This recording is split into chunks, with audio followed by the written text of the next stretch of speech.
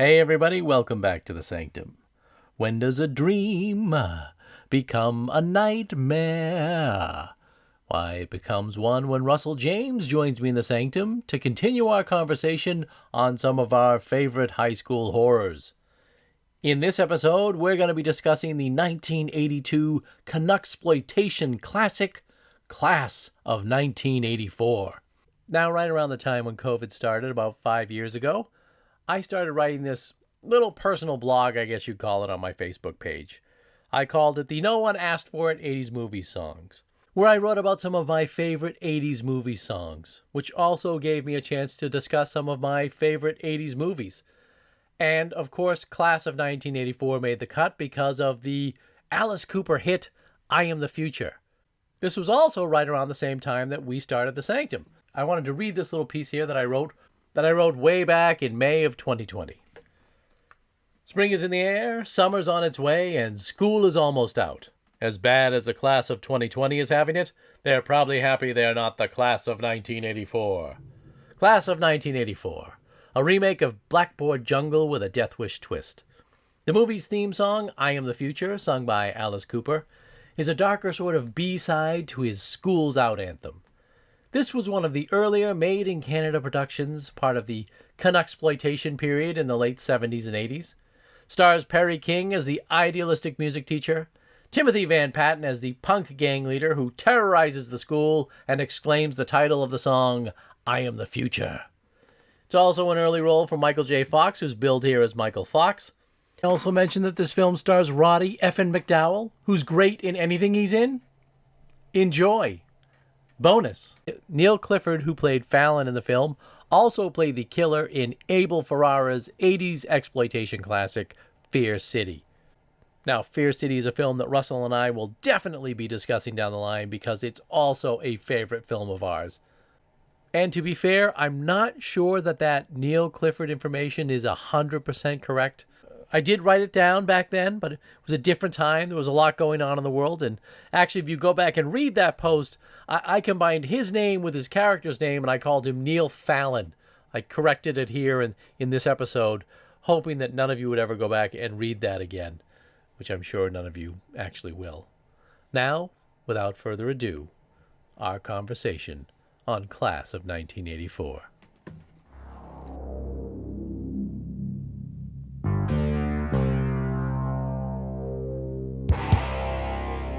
So Class of 1984 is an early video memory for me. And by early video, I mean it's like one of the first films I saw on VHS.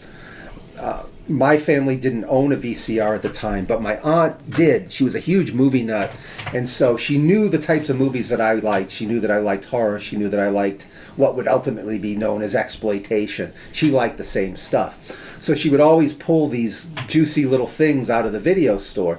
And she told me about Class of 1984 and that she had it and that I should see it. And she was explaining the movie to me. And one of the first things she told me about was that somebody gets killed on a table saw. Okay? And I'm thinking in my head, okay, I think I'd like to see that. And then all of a sudden, we were at an amusement park, and she wanted me to go to her house and sleep over that night. And I kind of just wanted to go home, but then it dawned on me, Class of 1984. I saw the commercial for that on 56 late at night, and I can remember it had this creepy kid who's like banging his head against a mirror saying, I am the future, I am the future. I'm like, I gotta see that movie. Class of 1984. I run this school. No teacher can teach them. No parent can reach them. I am the future. I am the future. I am the future.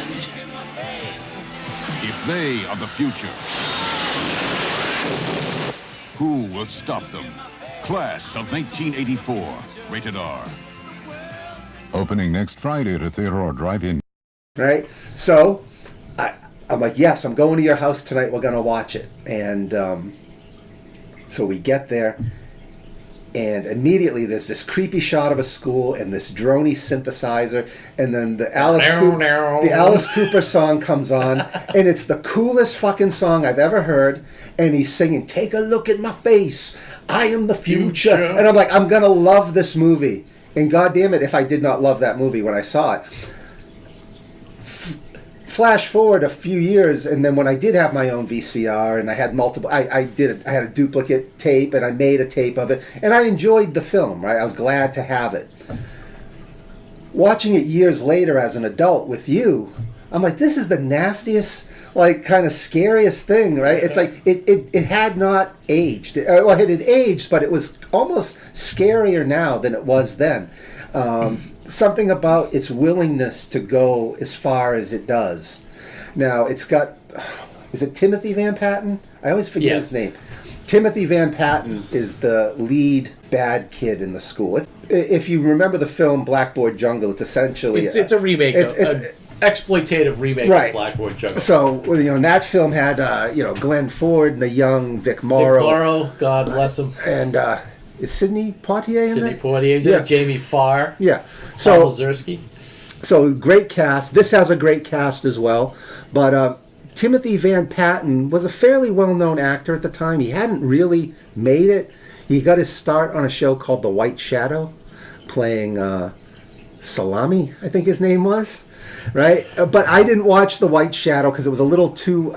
the kids were much older, but scary, right? Because they were like big basketball playing. And his dad was Dick Van Patten. I think his brother, believe it or not. His brother's Dick Van Patten? Yes. The father from Eight is Enough? Yes, I don't think that's his father. And I think it's through marriage. Okay. But then there was another Van Patten too. 6 degrees of Eight is Enough, apparently. Yeah. But believe it or not, I'm pretty sure they're brothers. As weird as that sounds. Well, and what is one of the things with Timothy Van Patten? If his name came up at the beginning of a Boardwalk Empire episode, it was going to be a bloodbath. Yeah, he ended up becoming a really good director for HBO TV series. But somewhere, I can't remember if after Class of 1984, he was on a show called The Master with Lee Van Cleef. Lee Van Cleef.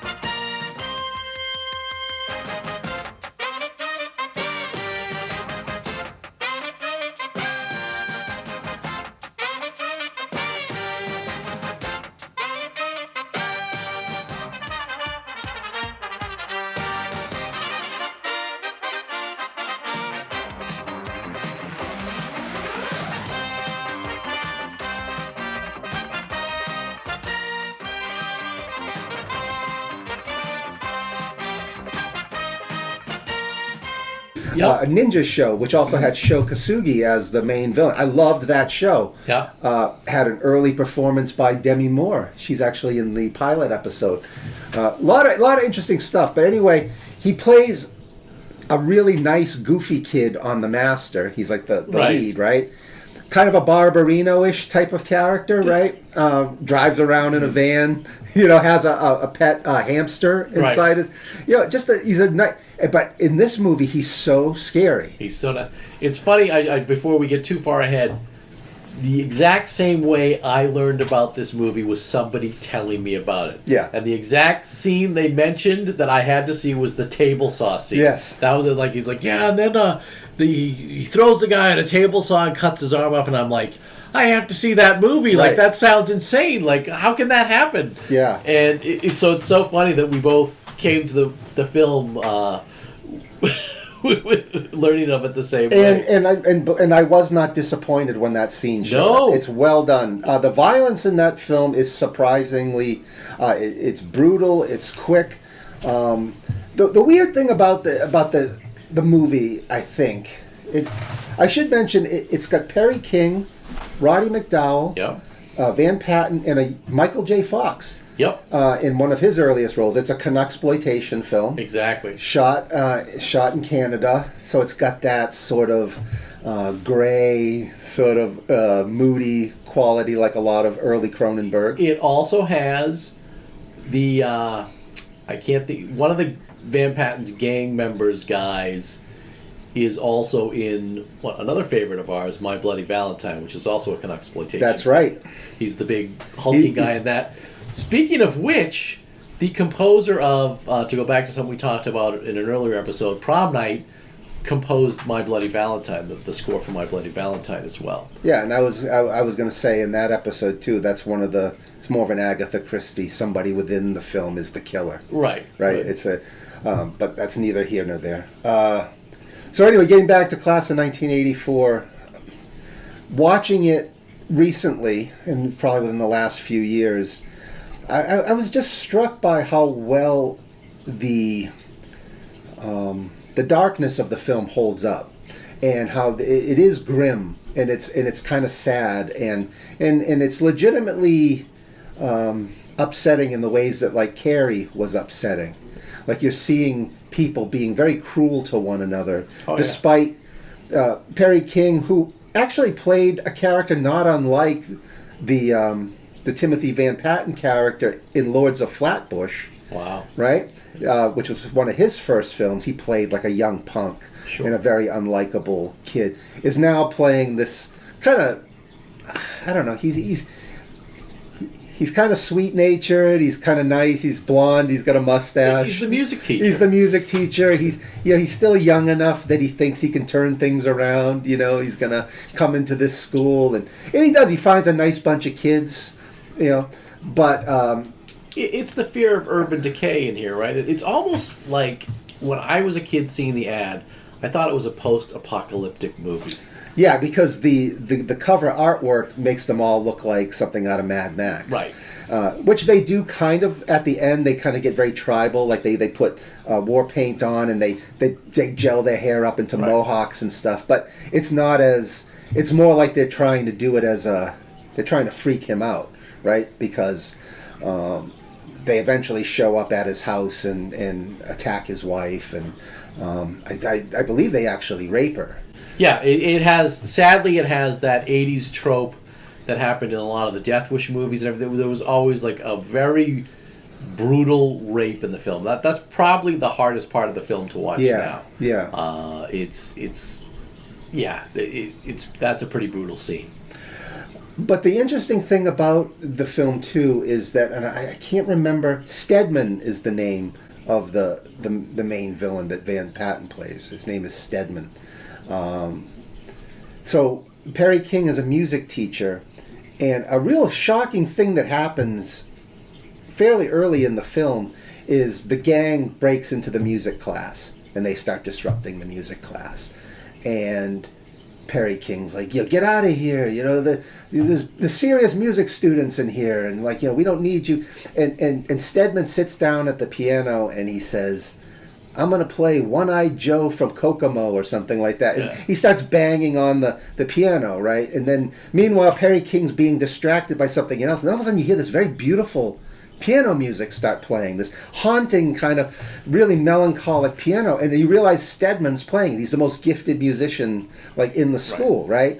Which suddenly adds a layer of complexity to the character, because he wants, at the end of the day, he just wants to be in the band. He asks if he can be in the band, and then Perry King's character says, no, get out, or whatever. And it was like, there was that moment where maybe he could have connected with him.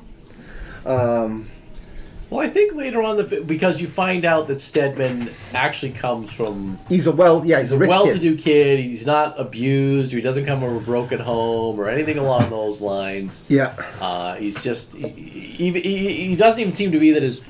I mean, if I remember it well, it doesn't seem to be that his parents are like alcoholics or disinterested in him or anything like that. So it's like he chooses to be evil. Yeah.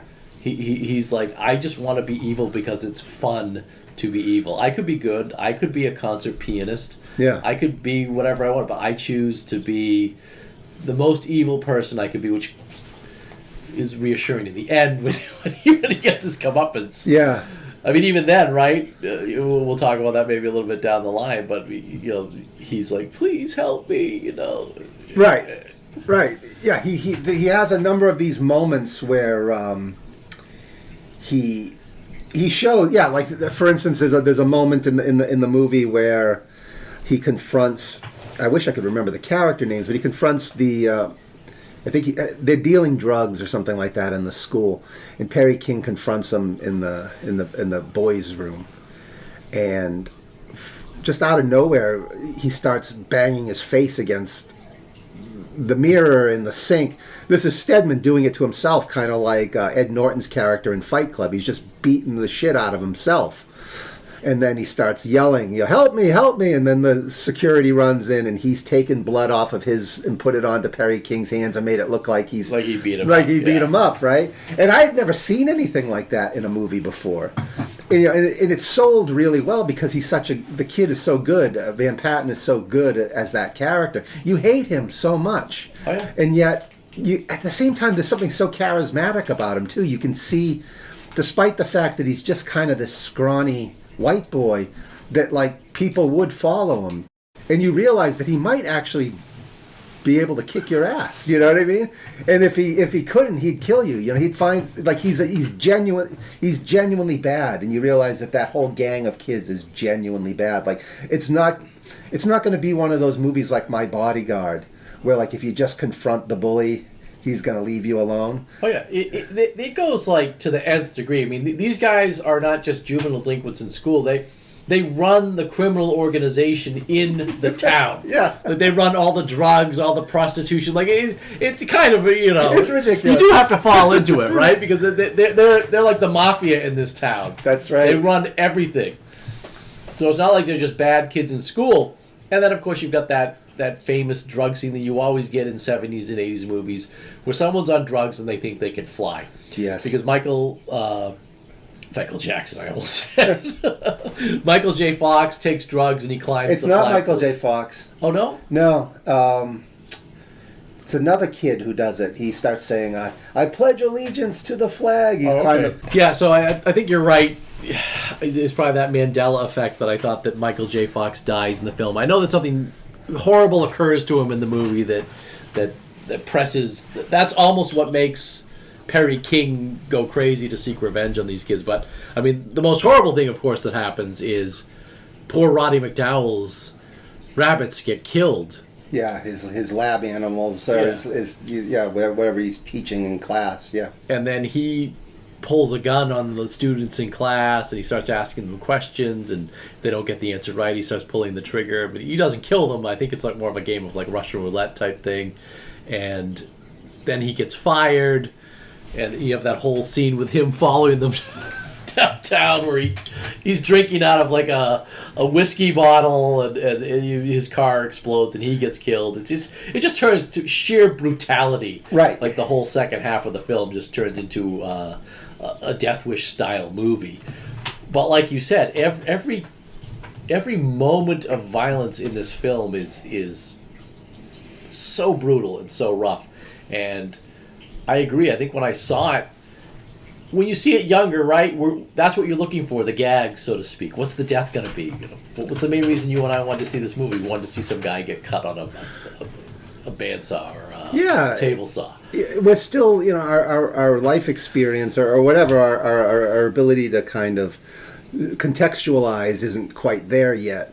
And I think what's funny is that at the time it probably wasn't, in the 80s, as extreme as that movie might seem now, it was just kind of par for the course.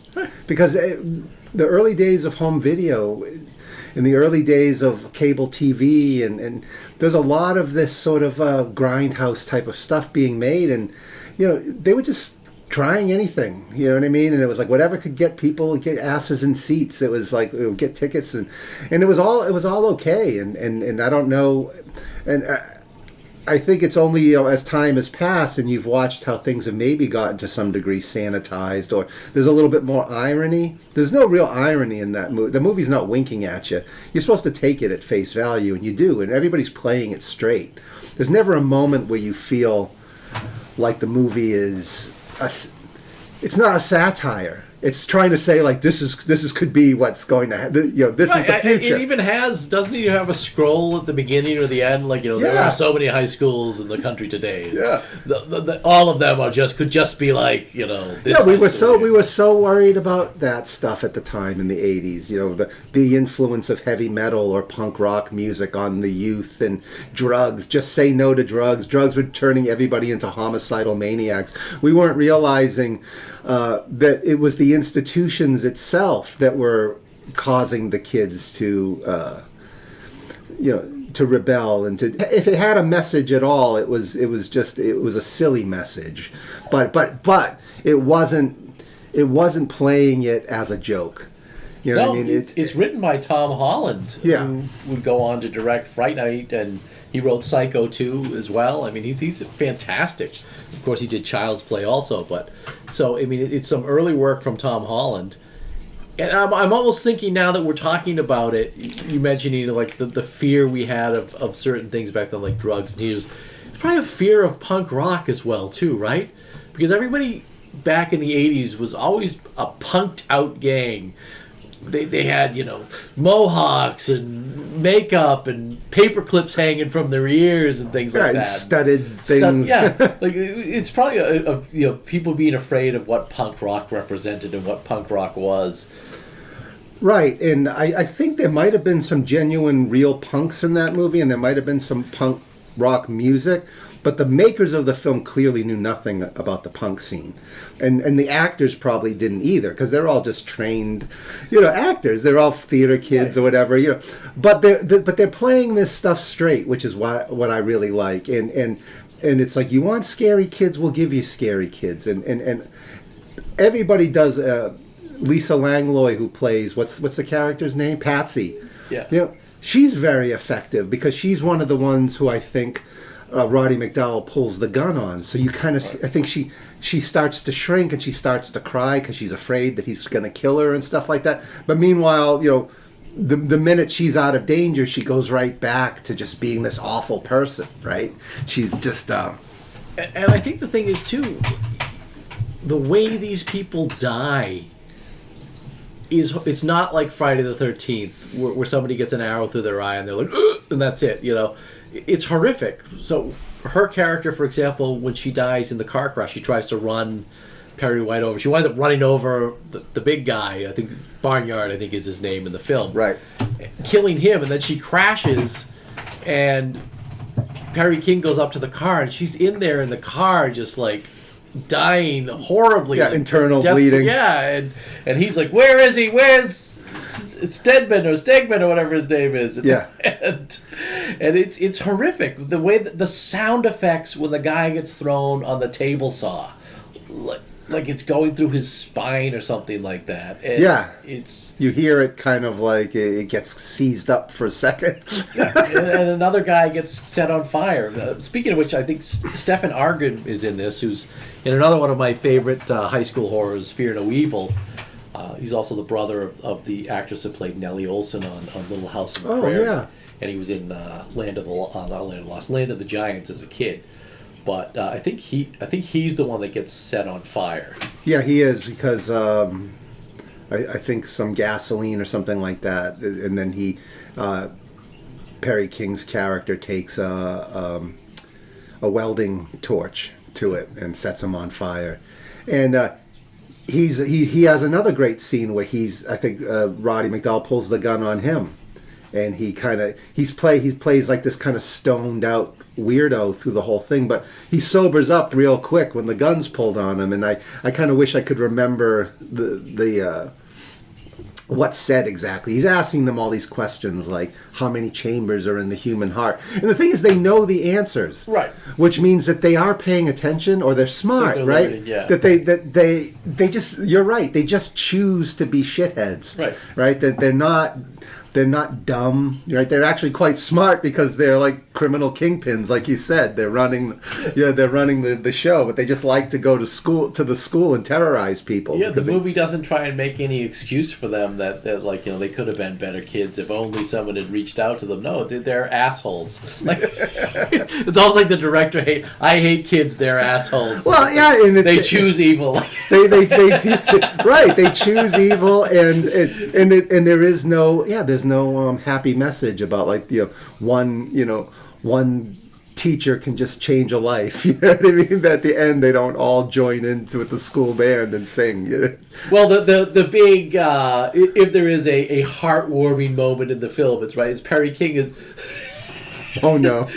Perry King is off murdering all these other students, so the girl in his band class has to actually get up and conduct the orchestra, conduct the band. The show must go on. Yeah, like she's sort of waiting, and it's her. And oh boy, does she come through? You know, and everybody's like, "Hey!" And of course, just as that's going on, Stefan comes crashing through the roof with a rope wrapped around his neck, like spinning around. And then they even do that, like he spins around, his eyes are like bulging out. Yep. You get like a big close up of him. But is his wife held captive up at the top? Like, is he walking? Yes. Perry King walking away with his wife at that time? Yeah, they kidnapped her, right? Yeah, they kidnapped her, and I don't remember what the intention was, but he brings her to the roof to do something. Then I don't remember what that is specifically, but yeah, everything just starts to go haywire. Well, this is also it's a combination of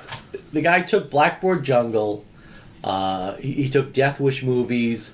It's even a little bit of the Warriors, isn't it? Yes. You know, with sort of the crazy teen gang theme gang that we don't. I mean, I think they even have teacher, you know, like that. They're taunting him like. Yeah, and there are some scenes too, some side scenes where the different rival gangs fight and stuff like that. There's a gang of other kids and stuff like that. They're all kind of trying to vie for power. But you're right. That is. I thought the exact same thing you did when that movie started with the synth pop, you know. And then the song came on. I'm like, this is the coolest song I've ever heard in my life. Yeah. That When Does a Dream Become a Nightmare by Alice Cooper. And then, you know, the music that plays throughout. I think the composer is Lalo Schifrin, right? Who I always remember from doing the Enter the Dragon theme and a lot of other things. He did all Eastwood stuff. He does all the Dirty Harry movies. Eastwood uses them all the time. When does a dream become a nightmare? When do we do what must be done? Which is like a call to arms to murder our children. If you think about it. Fucking Alice Cooper. Kill the children.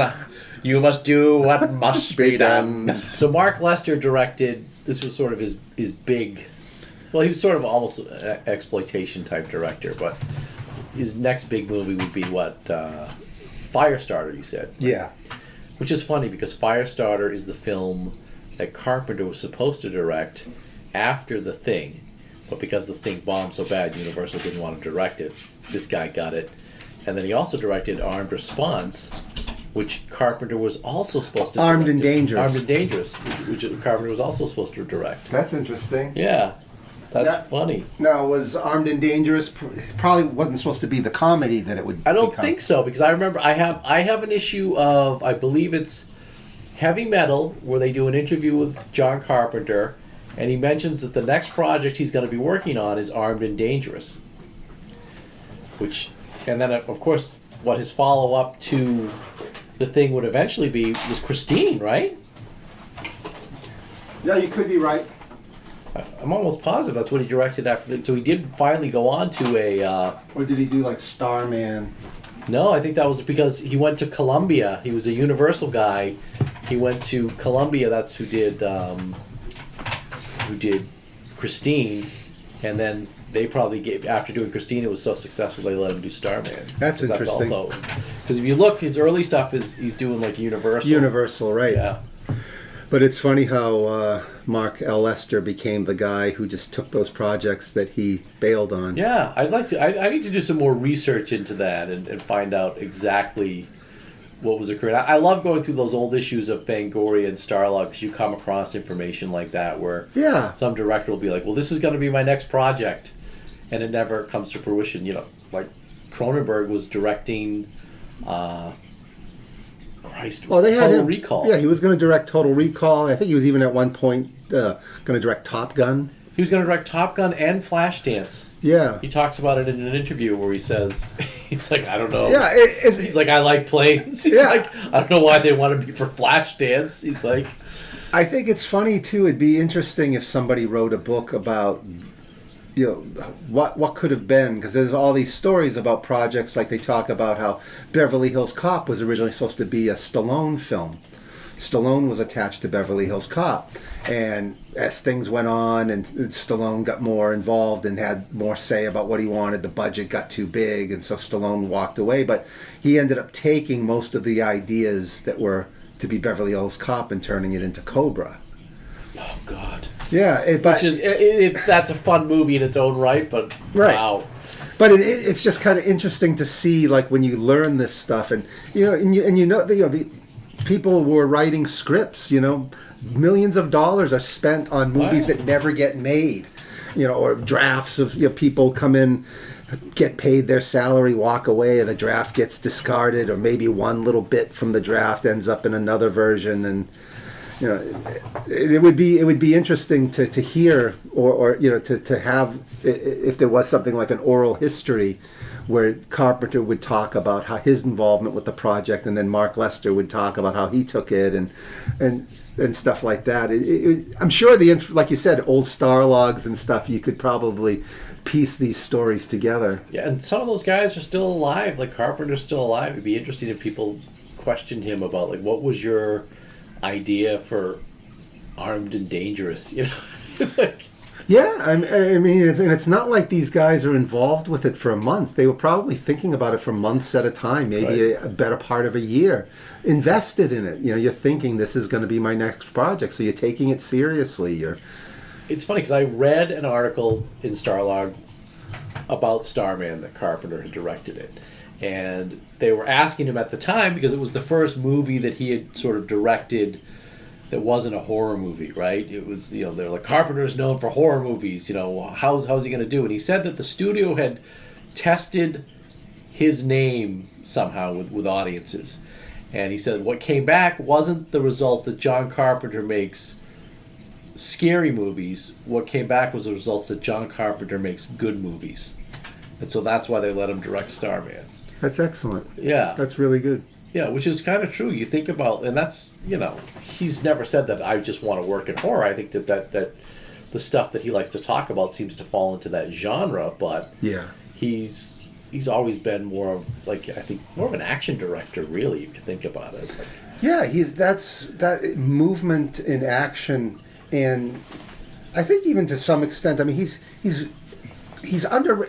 If you're going to say that he's doing Armed and Dangerous, he's underrated as a comedy guy. Yeah. I mean, Big Trouble in Little China is one of the funniest movies. It's hilarious. Yeah. And I mean, and so that's a straight up comedy, action comedy, and there's a lot of humor in all of his best writing. The lines that you remember are always the funny ones. He's got some great one-liners in a lot of his films. Yeah. I mean, we're going off on a little tangent here, but I mean, I guess if you really want to tie it in, he did do Christine, which was about car culture. So it's like, and bullies.